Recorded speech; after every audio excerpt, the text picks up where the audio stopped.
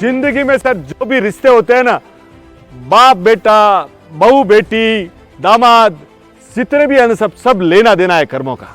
आप ये समझ के चलिए, एक फौजी होता है, वो फौजी अनाथ होता है, उसके कोई आगे है ना कोई पीछे, वो पैसा उसके पास इकट्ठा होता ही रहता है।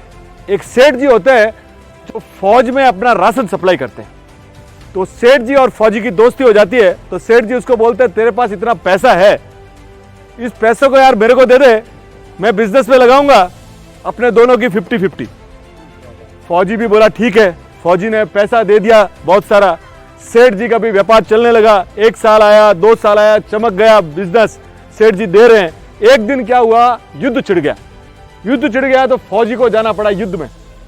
युद्ध में गया, वहां क्या हुआ कि एक जंगली घोड़ी मिली। अब वो उसको रोके और वो घोड़ी वापस जाए दुश्मनों के घेरे में।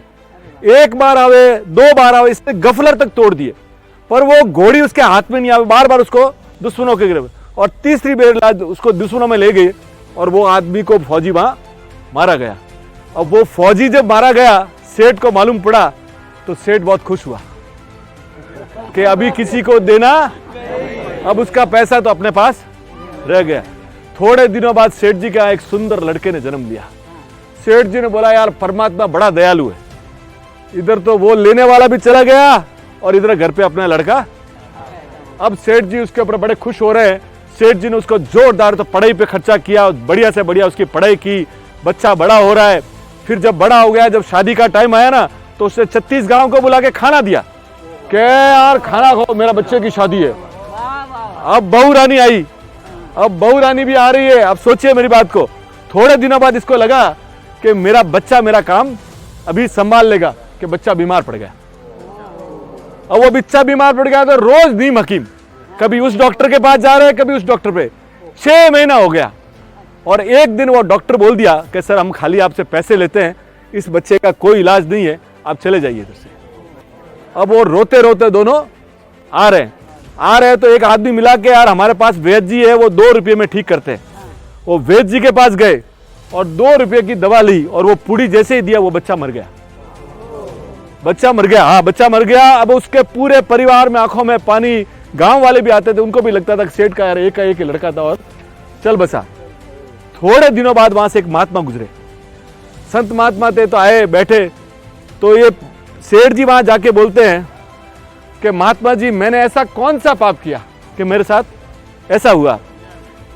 संतों ने कहा भाई तुम समता रखो, ये रखो। वो बार बार पूछे कि अभी जब तुमने पूछ ही लिया है ना, तो मैं तेरे को याद दिलाता हूं कि फौजी तेरे को याद है ने वो चमका।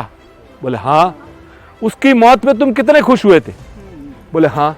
बोले वही फौजी ने तेरे घर पे बच्चे का रोल लिया है। तूने जो पैसा खाया था ना लोगों का, वो इस बच्चे ने तेरा रूप लिया। और वो जो जितना पैसा तूने खाया था ना, पहले तो उसने पढ़ाई में पूरा किया, फिर उसने दवाई पानी में पूरा किया, और 2 रुपया बचा था वो तुम्हारे उस बुढ़िया से दिलवा दिया, उसका लेन देन वहां पूरा हो गया।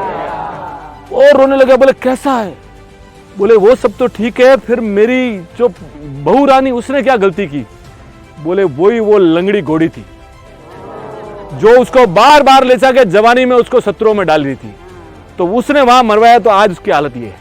तो साहब ये जितना भी है ना कर्मों का लेना देना है, आप सोच समझ कर कर्म कीजिएगा सर। इस प्लेनेट पे जब अपने आए ना, अपना अपने देखिए, दूसरे का पैसा, दूसरे की चीजें मत देखिए साहब।